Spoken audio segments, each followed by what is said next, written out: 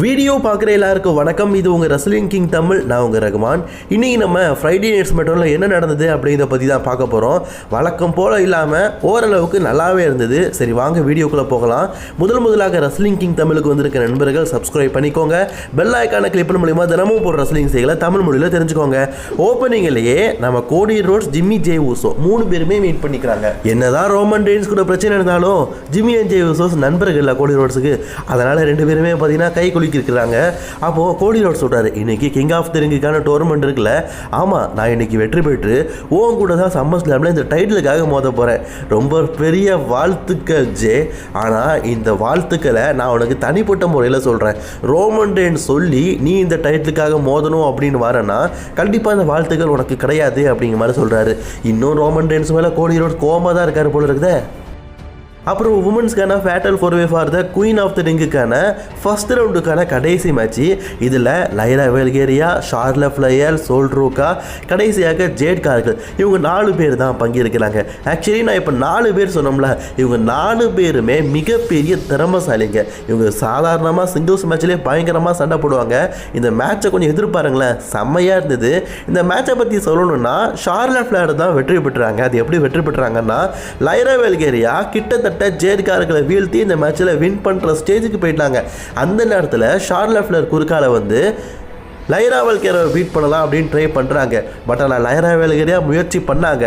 இடைப்பட்ட நேரத்தில் சோல்ட்ரோக்கா ஷார்லட் ஃப்ளையருக்கு ஒரு சூப்பர் கிக் போடுறேன்னு சொல்லிட்டு கரெக்டாக லைரா வெல்கேரியாவுக்கு கூப்பிட்டாங்க. இதனால் ஷார்லட் ஃப்ளையர் கரெக்டாக பார்த்தீங்கன்னா சோல்ட்ரோக்காவை வெளியே தள்ளிட்டு லைரா வெல்கேரியாவுக்கு அவங்களோட சப்மிஷன் லாக போட்டுட்டாங்க. வழி தாங்க முடியாத லைரா வெல்கேரியா நான் தோத்துட்டேன் அப்படின்னு சொல்லிட்டு டேப் அவுட் பண்ணிட்டாங்க. டேப் அவுட் முறையில் இன்னைக்கு குயின் ஆஃப் தி ரிங்கில் ஷார்லட் ஃப்ளையர் வின் பண்ணிட்டாங்க. Charlotte Flair queen of the ரிங்கில் வின் பண்ணதுக்கு அப்புறமா இந்த ஸ்டோரி கொஞ்சம் இன்ட்ரெஸ்டிங்காக இருக்குதுங்களா. அப்புறமா டிஃபினி சிஷன் கோவத்தில் வராங்க. போன வாரம் ஜேட்கார்கள் அட்டாக் பண்ணாங்களா, அதனால் அப்படியே அந்த இடத்துல போயிட்டு இருக்கும்போது அந்த இடத்துல பார்த்தீங்கன்னா திடீர்னு பீஃபார்ம் மிஷின் கையில் வெப்பனோட இவங்களை அட்டாக் பண்ணதுக்காக வராங்க. ஆத்தாடி இவங்க 2 பேரும் வந்தாலே நம்மளை அட்டாக் பண்ணிடுவாங்க அப்படின்னு சொல்லிட்டு இவங்க கொஞ்சம் உஷாராக இருக்கும்போது அந்த இடத்துல திடீர்னு பார்த்தீங்கன்னா செல்ஸ் கிரீன் ஒரு ஸ்டிக் எடுத்துகிட்டு வந்துட்டு, யார் மேலே கை வைக்கிறீங்க, நாங்கள்லாம் பன்னர் பரம்பரை வண்ணார பரம்பரை அப்படின்னு சொல்லிட்டு நிற்கிறாங்க. ஆக்சுவலி செல்ஸ் கிரீன் வெப்பன் எடுத்துகிட்டு தன்னை காப்பாற்ற வருவான்னு சொல்லிட்டு கொஞ்சம் கூட எதிர்பார்க்கல. நீயாமா என்ன காப்பாற்ற வந்த, அதுவும் வெப்பனெல்லாம் எடுத்துகிட்டு காப்பாற்ற வந்த அப்படிங்கிற மாதிரி ஷாக்கிங்கில் இருக்கிறாங்க டிஃபினி செஷன். அதுக்கப்புறமா ஜிம்மி யூசோ ஜேஸ்கிட்ட சொல்கிறாரு, இன்றைக்கி கிங்குக்கான டோர்னமெண்ட் இருக்குது, இதில் வெற்றி பெற்று நீ அன்டிஸ்பியூட்டட் சாம்பியன் ஆகணும், பிளட்டில் எனக்கு அன்னதர் கோல்டையும் கொண்டு வரணும்னு. அப்போ அந்த இடத்துக்கு ஜேக்கப் வராரு. நீ இதுக்காக இன்றைக்கி வந்திருக்கிற, ரோமன் சொல்லி வந்திருக்கிறேன், ரோமன் சொல்லி எங்களுக்கு ஹெல்ப் பண்ண வந்திருக்கேன். இல்லை, ரோமன் ரெயின்ஸ் எனக்கு வேற ஒரு வேலை தந்திருக்காரு.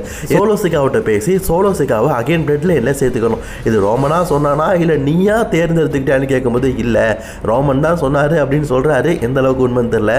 அதே மாதிரி சில நாட்களாகவே பார்த்தீங்கன்னா பிளாக் மோரனே WWEக்கு வர போகிறாங்க, அதுவும் ஸ்மாக்டவுன் பிராண்டுக்கு. அதுக்காக ப்ரோமோ கட் போட்டுகிட்டே இருந்தாங்களே, அதுக்கான இன்னொரு ப்ரோமோயும் இன்னைக்கு ரிலீஸ் பண்ணியிருக்கிறாங்க. அதுக்கப்புறமா ரிங் ஜெனரல் குந்தர் பார்த்தீங்கன்னா பேக் ஸ்டேஜில் ஸ்மாக்டவுன் ஜெனரல் மேனேஜரை பார்த்து, நெக்ஸ்ட் வீக் நான் கோடி ரோட்ஸ் கூட மோத போகிறோம்ல, அதுக்காக ஸ்பெஷல் ஸ்டிபுலேஷன் நான் ரெடி பண்ணி வச்சுருக்கிறேன். என்னப்பா ஹெலினஸ் எல்லாம் இல்லாட்டா நோட்டீஸ் கலெக்ஷன் அப்படிலாம் இல்லை, இது ஒரு நார்மல் மேட்ச் தான். பட் ஆனால் நார்மலை வந்து நான் கொஞ்சம் மெருகேற்ற போகிறேன். எல்லாத்துக்கும் காரணம் ரெஃப்ரி தான், நான் ரெஃப்ரியை மாற்ற போகிறேன்னு சொல்லுவார். சரி அதுக்கு பதிலாக யாரை ரெஃப்ரியாக நீ சேர்த்துக்க போகிற அப்படின்னு சொல்லும்போது அது சர்ப்ரைஸ் அப்படின்னு சொல்கிறாரு. ஏதோ உள்குத்து வச்சு பேசுகிறாரு போல இருக்குது. அதே மாதிரி ஸ்மாக்டவுன் பிராண்டுக்கு அஃபிஷியலி பார்த்தீங்கன்னா ஸ்பின் பேலர் மூவ் ஆகிட்டாரு. ஸ்மாக்டவுனில் ஸ்பின் பேலரை பார்க்கறதுக்காக ஆட்ரு தந்திருக்காரு.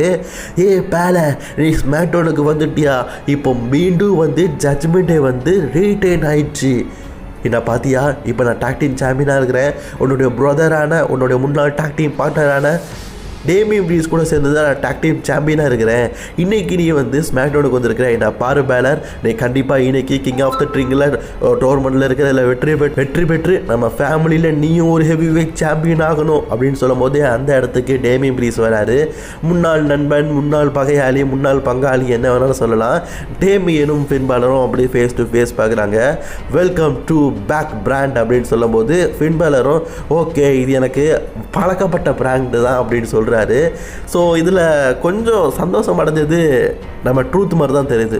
அண்ட் டேமிபி சொல்கிறாரு, நெக்ஸ்ட் வீக் நம்ம MFT எதிர்த்து டாக் டீம் சாம்பியன்ஷிப் ஆகும் போது போகிறோம், அதை நம்ம மைண்டில் வச்சுக்குவோம். தேவையில்லாமல் ஃபின் பேலரை பற்றி உன் மைண்டில் வச்சுக்காது, அவன் நம்ம ஃபேமிலி இல்லை அப்படின்னு சொல்கிறாரு. ஆனால் ஃபின் பேலர் போனதுக்கப்புறமா, டேமியன் போனதுக்கப்புறமா ட்ரூத் என்ன சொல்கிறாருன்னா, ரியா டேமியனு ஃபின்னி எல்லாரும் வந்துட்டோம், பழைய ஜட்ஜ்மெண்ட்டே மீண்டும் ஸ்மாக்டவுனில் வந்துடுச்சு அப்படின்னு சொல்லி சந்தோஷப்படுறாரு.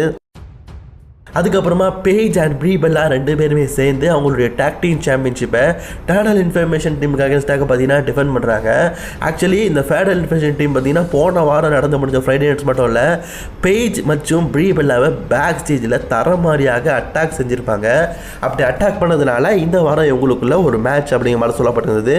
மேட்சை பற்றி பார்க்கணுன்னா அந்த மேட்ச்சில் பார்த்தீங்கன்னா ஒரு கட்டத்தில் பேஜ் அவங்க சப்மிஷனை போட்டு வின் பண்ணலான்னு பார்க்கும்போது ஜேசி ஜெயின் பார்த்தீங்கன்னா அவங்க டீம் பார்ட்னரை அப்படியே இழுத்து ரோப்பு கிட்ட கொண்டு வந்திருப்பாங்க. இந்த ரெஃப்ரி பார்த்தீங்கன்னா வசமாக பார்த்துட்டாங்க, நீ சீட் பண்ணுற அந்த இடத்த விட்டு போ அப்படின்னு சொல்கிறாங்க. ஐயோ ஜேசி ஜெயின் இந்த இடத்த விட்டு போகிறானே அப்படிங்கிற ஏக்கத்திலே அவங்களோட டீம் மெம்பர்ஸ் இருந்தாங்களா, இந்த வாய்ப்பை பயன்படுத்திக்கிட்ட பேஜ் ரோல் அப் முறையில் வின் பண்ணிட்டாங்க. ஆத்தாடி நம்மனாலேயே நம்ம டீம் மெம்பர்ஸ் தோற்று போயிட்டாங்களே அப்படின்னு சொல்லிட்டு ஜேசி ஜெயினும் பார்த்தீங்கன்னா சோகத்தில் இருக்கிறாங்க. எது எப்படியோ தனக்கு கிடைத்த வாய்ப்பை பயன்படுத்திக்கிட்டு ப்ரீ பெல்லா அண்ட் பேஜ் அவங்களுடைய உமன்ஸ் டாக் டீம் சாம்பியன்ஷிப்பை இன்னைக்கு சக்ஸஸ்ஃபுல்லி ரீட்டைன் பண்ணிட்டாங்க. அதுக்கப்புறமா சாமி ஜெயின் பார்த்தீங்கன்னா வழக்கம் போல் தனக்குள்ளே இருக்கிற கஷ்டத்தை யாருக்கிட்ட சொல்லுவார், வேறு யாருமே இல்லை, ஜானி கர்கர்கிட்ட சொல்லி ஆகணும். நான் பாரு ஜானி, கோடி ரோட்ஸ் வந்து இப்படிலாம் பண்ணிகிட்டு இருக்காரு, இந்த லாஸ்ட் ரியல் குட் கை அவர் டிஷர்ட்டில் பார்த்தீங்களா போட்டிருக்கத அதை தான் சொல்லார். இந்த ஸ்மாக்டவுனில் இருக்கிறதுலே லாஸ்ட் ரியல் குட் கை நான் தான் இருக்கிறேன், நீயும் இருக்கணும் அப்படின்னு சொல்லிட்டு எனக்கு ஒரு நல்ல ஐடியா கிடச்சிருக்கு. நான் இப்போ கோடி ரோட்ஸை பார்த்து ஒரு சில விஷயங்கள் பேசணும் அப்படின்னு சொல்லிட்டு போகிறாரு. கோடி ரோட்ஸை பார்த்து என்னத்தை பேச போகிறாருன்னு தெரியலையே. அதுக்கப்புறமா டேனோசனுடைய நேரம் வழக்கம் போல் டேனோசன் பார்த்தீங்கன்னா ஏதோ ஒரு ரிசர்ச்சில் இருக்கிறாரு. அந்த இடத்துக்கு பார்த்தீங்கன்னா அம்பேட்கரோ மற்றும் மேஞ்சர் கிராஸா வந்து உன்னுடைய ஸ்பெண்டுக்காக நிறைய பணம் தேவைப்படுது அப்படிங்கிறத பற்றி நான் அறிஞ்சேன், அதனால் உனக்காக நான் ஒரு மூட்டை பணம் கொண்டு வந்துருக்கிறேன் அப்படின்னு சொல்லிட்டு டேனோஸ்கிட்ட கொடுக்குறாரு. டேனோசனும் பார்த்தீங்கன்னா அதை சந்தோஷமாக ஏற்றுக்கிறாரு. கைஸ் இந்த நேரத்தில் நான் ஒரு விஷயம் சொல்கிறேன், எனக்கு உடம்பு சரியில்லை, அதனால் தொண்டை கொஞ்சம் கட்டி இருக்குது, அதனால் வாய்ஸ் மாறி இருக்கும், சரிங்களா, தப்பாக நினச்சிக்காதீங்க. அதுக்கப்புறமா பார்த்தீங்கன்னா அந்த இடத்துக்கு ஜாக் ரோய்டர் வராரு. மேட்கரோனா வந்து என்ன சொல்கிறாருன்னா, என்னுடைய சார்பாக என்னுடைய தங்க வாட்சை தரேன், இதனுடைய எக்ஸைட்மெண்ட்டுக்கு வச்சுக்கோ அப்படின்னு சொல்லி கொடுக்குறாரு. டேனோசனுக்கு நிறைய ஸ்பான்சர்ஸ் வருதுல. அப்போ அந்த இடத்துக்கு பார்த்தீங்கன்னா கிட் வில்சன் வந்து என்னடா பண்ணிட்டு இருக்கிறீங்க அப்படின்னு சொல்லிட்டு டேனோசன்கிட்ட கேட்குறாரு. போன வாரம் ஒன்னால் என் பார்ட்னரை பாரியா கரண்ட் அடித்து அப்படியே சந்திரமுகி படத்தில் வர்ற வடிவேலு மாதிரி அழாத பார்த்துக்கிட்டே இருக்கிறான். ஐயா முருகேசு கொஞ்சம் பாரியான்னு சொன்னாலும் பார்க்க மாட்டேக்கான், எப்போ பார்த்தாலும் I am not crossed, I am not கிராஸ்டின்னு சொல்லிட்டு இருக்கிறான், எல்லாம் ஒன்னால தான் இந்த இடத்தையே நான் தம்சம் பண்ண போகிறேன் அப்படின்னு சொல்லிட்டு போன வாரம் மிஸ் எப்படி ஒரு வெப்பன் எடுத்து அந்த இடத்த அட்டாக் பண்ணி உடைக்க பார்த்தாரு, அதே மாதிரி ஒரு வெப்பன் எடுத்துகிட்டு அந்த இடத்த உடைக்கலான்னு ட்ரை பண்ணுறாரு. லூசு பையங்க அடிச்சடியில் அவருக்கு கரண்ட் ஷாக் அடிச்சிடுச்சு. யோ இந்த மாதிரியாக போன வாரம் அவருக்கு அடிச்சிது, இந்த வாரம் உனக்கா? ஆக்சுவலி போன வாரம் மாதிரி கரண்ட் ஷாக் அடிபட்டு கீழே விழுந்துட்டார் மிஸ், இந்த வாரம் இவர் துடிச்சிக்கிட்டு இருக்காரு, அந்த இடத்த விட்டு போயிட்டாரு. ஏன்னா என்னுடைய எக்ஸைட்மெண்ட்டை நானே தொட மாட்டேன், எந்த தெரியுதுடா தொட்டேன் அப்படின்னு சொல்லிட்டு அந்த இடத்த விட்டு போகிறாரு. பாருங்களேன் கிட் வில்சனோட வாயை புஸ்வானம்லாம் விடுதுங்க. யோ நீ உண்மையிலேயே வாங்கின காசுக்கு வேலை நடிக்கிறாயா கொய்யால. அதுக்கப்புறமா அமெரிக்கன் நைட்மேர் கோடி ரோட்ஸும் நேரம், கோடி ரோட்ஸும் சாமி ஜெயினும் ஃபேஸ் டு ஃபேஸ். எனக்கான வாய்ப்பை நீ எப்போ தருவேன், அந்த அன்டிஸ்பியூட்டட் டைட்டிலுக்காக நான் வந்து ரொம்ப நாளாக அவன்கிட்ட கேட்டுருக்கிறேன், ஆனால் எனக்கான வாய்ப்பை தரமாட்டேன்னு சொல்லும்போது கோடி சொல்லாரு, இதை தான் நீ எல்லாருக்கிட்டையும் கேட்குற, எல்லாருக்கிட்டையும் மோதி இருக்கிற, இது வரைக்கும் டபிள்யூடியில் டோட்டலாக 26 தடவை நீ சாம்பியன்ஷிப் ஆகும் போது இருக்க, ஒரு தடவை வின் பண்ணியிருக்கிறியா? இல்லை, ஆனால் எனக்கான வாய்ப்பு வேணும், வாய்ப்புன்னு கேட்டிருக்கேன், நீ என்றைக்குமே வின் பண்ண மாட்டேன்னு சொன்னோன்னா கடுப்பான சாமி ஜெயின் கோடி ரோட்ஸுடைய கண்ணத்தில் அடைஞ்சிட்டாரு. ஐயா மன்னிச்சுக்கோ ஐயா, நீ என்னை சாம்பியன்ஷிப்பை வின் பண்ண மாட்டேன் அப்படின்னு சொன்ன கோவத்தில் அடிச்சுட்டேன், என்ன இருந்தாலும் நம்ம பங்காளி வா கெட்டி பிடிச்சிக்கணும், அஸ்ஸலாமு அலைக்கும் வலைக்கும் சொல்லலாம், தப்பாலாம் நினச்சிக்காதையா கெட்டி பிடிச்சிக்கோ அப்படின்னு சொல்லிட்டு கெட்டி பிடிச்சி பார்த்தீங்கன்னா 2 பேருமே அந்த ஃப்ரெண்ட்ஷிப் பாண்டிங்கில் இருக்கிறாங்க. நல்லா தானே பேசிக்கிட்டு இருந்தார் சாமி ஜெயின். கோவமடைஞ்ச கோடி ரோட்ஸு அப்படியே சாமி ஜெயினுடைய கன்னத்துலேயே அரைஞ்சிட்டாருங்க. பழிக்கு பழி போல இருக்குது. சாமி ஜெயின் இதில் கடுப்பாயிட்டாரு. ஏன்னா நான் தான் மன்னிப்பு கேட்டோம்ல, பண்ணது தப்புன்னு சொல்லிட்டோம்ல, அதுக்கப்புறமும் என்னையா உனக்கு அப்படின்னு சொல்லிட்டு சாமி ஜெயின் கடுப்பாய் கீழே இருக்கிற ஒரு ஸ்டீல் சேர் எடுத்து அப்படியே கோடி ரோட்ஸ் முன்னாடி அடிக்கிறதுக்கு வராரு. ஆனால் நேரம் இது இல்லை, எனக்கான நேரம் வரும் பாரு, அப்போ நான் வச்சுக்கிறேன் நீ பங்காளி அப்படின்னு சொல்லிட்டு போயிட்டாரு. கூடிய சீக்கிரம் கோடி ரோட்ஸ்க்கு அகேன்ஸ்டாக சாமி ஜெயின் மாற போகிறார். அது எப்போது, எந்த நிமிடம், எந்த நொடி அப்படிங்கிறத வெயிட் பண்ணி தான் கைஸ் பார்க்கணும். அதுக்கப்புறமா ஆல்ரெடி ஜேக்கப் ஃபாட்டு சோலோ சிகோவை பார்க்கறதுக்கு தான் வந்திருக்காரு. சோலோ சிகோவை பார்த்து சொல்கிறாரு, ரோமன் ரெயின்ஸ் உன்னை கூப்பிட்டாரு, நீ வந்து நம்ம பிளட் லைனில் ஜாயின் பண்ணிக்கிறோம். எது பிளட் லைன்? இதுதான் என்னுடைய குடும்பம், இதுதான் என்னோடய ஃபேமிலி, இந்த ஃபேமிலியை விட்டு நீ போயிட்ட ஜேக்கப்பு, இப்போ நீ வேற ஒரு ஃபேமிலி ஜாயின் பண்ணிட்டேன், இப்போ இந்த குடும்பத்துக்கு உனக்கு எந்த சம்மந்தமும் இல்லைன்னு சொல்லும்போது, இல்லை ரோமனே உன்னை கூப்பிட்டாரு வான்னு சொல்கிறாரு. அப்படிலாம் வர முடியாது, இதுதான் என்னோடய ஃபேமிலி, இதான் என்ன ஸ்மாக்டவுனோட கோட்டை, ஒன்றை மாதிரி இன்னொருத்தருக்கு பின்னாடி கைகடியில் இருக்க முடியாது, நான் பார்த்துக்க ரோமன் ரெயின்ஸ் கூட இருந்து நான் வாய்ப்பு கிடைக்கும், எல்லாமே கிடைக்கும் வா அப்படின்னு சொல்லும்போது சோலோ சிக்காவை கடைசியாக சொல்லுவார், சரி ரோமன் கூப்பிட்டாருங்கிறியே, நீ என் மேலே பாசம் இருக்குல்ல, அதனால் நீ கூப்பிடுற. உண்மையிலேயே ரோமன் டேன்ஸ் கூப்பிடல, உண்மையிலேயே ரோமன் டேன்ஸ் என்னை கூப்பிட்டாரு அப்படின்னா ரோமனையே ஸ்மாக்டவுனுக்கு வர வச்சு சோலோ பிளட் லைனில் ஜாயின் பண்ணிக்கோ அப்படின்னு சொல்லிட்டு நான் அதுக்கப்புறம் யோசிக்கிறேன் அப்படிங்கிற மாதிரி சொல்லியிருக்கிறாரு. ரோமன் ஸ்மாக்டவுனுக்கு வந்து சோலோ சிக்காவை ஜாயின் பண்ண வைப்பாரா என்ன, வெயிட் பண்ணி பார்ப்போம். அதுக்கப்புறமா க்ரூசர்வெயிட் சாம்பியன்ஷிப் மேட்ச் நடக்க போது. இது ட்ரிபிள்ஏடைய க்ரூசர்வெயிட் சாம்பியன்ஷிப். ரே ஃபினிக்ஸ் தான் கரண்ட்லி சாம்பியனாக இருக்கார். போன வாரம் பார்த்தீங்கன்னா ஃபேக்ஷன் டீமில் இருக்கிற எக்ஸியானுக்கு அகேன்ஸ்டாக டைட்டில் டிஃபெண்ட் பண்ணுறேன்னு டிஃபெண்ட் பண்ணார். இதில் சக்ஸஸ்ஃபுல்லி பார்த்தீங்கன்னா அகெயின் அவருடைய க்ரூசர்வெயிட் சாம்பியன்ஷிப்பை ரிட்டைன் பண்ணிட்டார். இந்த மேட்சில் பெருசாக எதுவும் இல்லை, அதனால் சிம்பிளாக சொல்லி முடிச்சுட்டேன் சரிங்களா. அதுக்கப்புறமா குந்தர் தன்னுடைய முடிவை தேர்ந்தெடுத்துட்டாரு. இந்த முடிவு என்ன சரியாக இருக்கும் அப்படிங்கிறது எனக்கு தோணுது. ரெஃப்ரி தானே பிரச்சனை, அதனால் நான் ரெஃப்ரியை மாற்றிட்டேன். யார் ரெஃப்ரின்னு கேட்கும்போது சாமி ஜெயின் தான் சொல்கிறாரு. ஓ குந்தரே, நீ உண்மையிலேயே மூலக்காரன் தான். ஆல்ரெடி கோடி ரோட்ஸுக்கும் சாமி ஜெயினுக்கு பிரச்சனை இருக்கிறதுனால இந்த மேட்ச்சில் சாமி ஜெயினை ஸ்பெஷல் கெஸ்ட்டில் ஃப்ரீயாட்டு சேர்த்துட்டாரு. சத்தியமாக காய்ஸ் இதை நான் எக்ஸ்பெக்ட் பண்ணலை காய்ஸ், உண்மையிலேயே நான் எக்ஸ்பெக்ட் பண்ணலை. நெக்ஸ்ட் வீக் பார்த்தீங்கன்னா கோடி ரோட்ஸ்க்கும் குந்தருக்கு ஒரு மேட்ச் இருக்குது. இதில் ஸ்பெஷல் கெஸ்ட்டாக சாமி ஜெயின் இருக்கிறாரு. மேபி இதை ட்ரிபிள் த்ரெட் ஸ்டோரிக்காக டெவலப் பண்ணுறாங்கன்னு நினைக்கிறேன். அதுக்கப்புறமா ட்ரிக் வில்லியம்ஸோடைய நேரம். ட்ரிக் வில்லியம்ஸ் தன்னுடைய அடுத்த கண்டென்டராக இப்போ 2 பேர் இருக்கிறாங்க, ரிக்கி ஷைன் மற்றும் கார்மெலோ ஹேயஸ். அவங்கள பற்றி பேசுறதுக்காக வந்திருக்காரு. ரிக்கி ஷைன் என்ன சொல்கிறாருன்னா, போன வாரம் நம்பர் 1 கண்டென்டர் மேட்ச் நடந்தது, அதில் நான் தான் வெற்றி போயிட்டேன். ஆனால் கார்மெலோ ஹேயஸ் என்ன சொல்கிறாருன்னா, ஆல்ரெடி நான் வந்து இந்த ஸ்டோரில் இருக்கிறேன், நீ நம்பர் 1 கண்டென்டராக இரு, நான் வந்து இதுக்கப்புறமா ட்ரிக் வில்லியம்ஸ் கூட மோதி டைட்டில் வின் பண்ணதுக்கப்புறமா ஏன் கூட நீ மோதுறதுக்கு ரெடியாரு, இப்போ ரெடி இல்லைன்னு சொல்கிறாரு. இவங்களுக்குள்ள சண்டை பார்த்தீங்கன்னா அப்படி பேசி பெருசாகுது. ஒரு கட்டத்தில் ட்ரிக் வில்லியம்ஸ் பார்த்தீங்கன்னா உங்களுக்குள்ள சண்டையை நீங்கள் மேட்ச் வச்சு வின் பண்ணிவிட்டு அதுக்கப்புறம் என் கூட வாங்க அப்படின்னு சொல்லிட்டு போயிட்டாரு. போகிற போகல பார்த்தீங்கன்னா தெரியாதனமாக ட்ரிக் வில்லியம்ஸை 2 பேருமே அட்டாக் பண்ணிட்டாங்க. கடுப்பான ட்ரிக் வில்லியம்ஸ் பார்த்தீங்கன்னா 2 பேருமே அட்டாக் பண்ணிட்டு போயிருக்காரு. ரிக்கி ஷைனையும் அட்டாக் பண்ணியிருக்காரு, கார்மெலோ ஹேயஸையும் அட்டாக் பண்ணியிருக்காரு.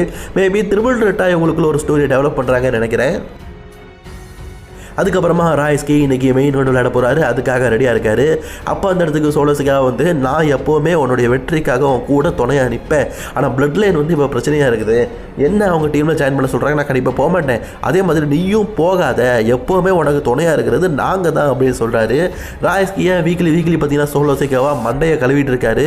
எப்போ ராய்ஸ்கி சோலோ சிக்காவை அட்டாக் பண்ண போனாரு, இவங்களுக்குள்ள ஒரு ஸ்டோரி வர போகிறதுன்னு தெரியல. அதுக்கப்புறமா டிஃபனி சேஷன் செல்சி கிரீன் 2 பேருமே சேர்ந்து ஒரு டேக் டீமாக பார்த்தீங்கன்னா இன்னைக்கு பீஃபா மிஷனுக்கு அங்கேஸ்டாக ஒரு மேட்ச் விளையாடுறாங்கன்னு சொன்னோம்ல, அந்த மேட்ச் தான் நடக்குது.